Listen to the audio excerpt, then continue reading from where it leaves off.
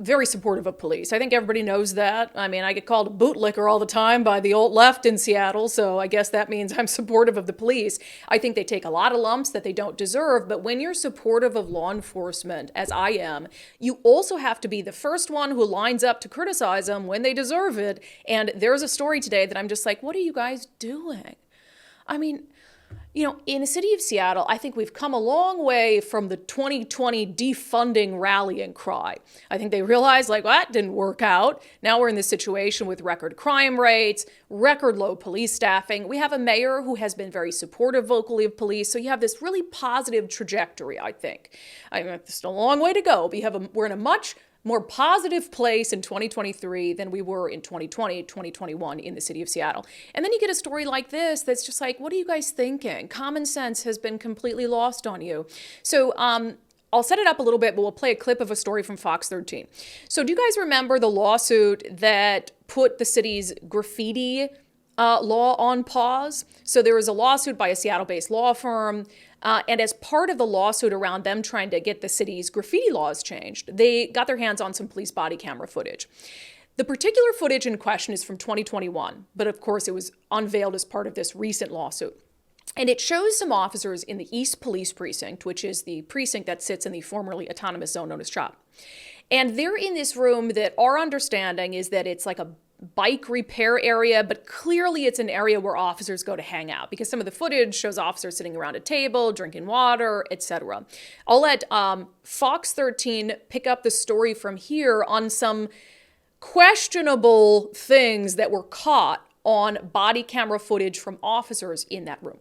This is the police body cam video dated 2021. What it appears to show is a display of a mock tombstone for an individual, a young black male who was killed in a police shooting. Regardless of the circumstances, that's grossly inappropriate. The tombstone on display on a shelf in what Seattle police say is their bicycle room. The Community Police Commission co-chair calls it deeply concerning.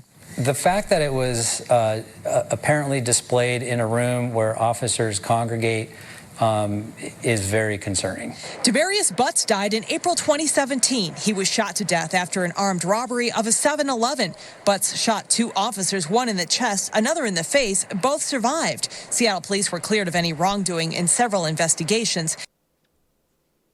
I mean, for the love.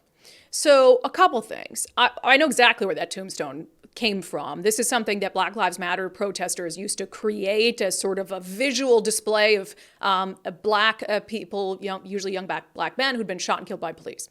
So it sounds like maybe this is something left over at a protest or a demonstration that police picked up and put in this room. Look, what in the world were you thinking? Even if this is something that you've put up and you put in this bike display room, you know what the optics of that are going to be. You have a tombstone with a young man's name on it who was obviously a bad dude. I mean, he shot 2 cops, and the ruling was that the shooting was justified. But you've got a tombstone with the name of someone who was shot and killed by police up in a room of your precinct. You have to know that if someone finds out about that, the optics of that are terrible, and it's such poor judgment.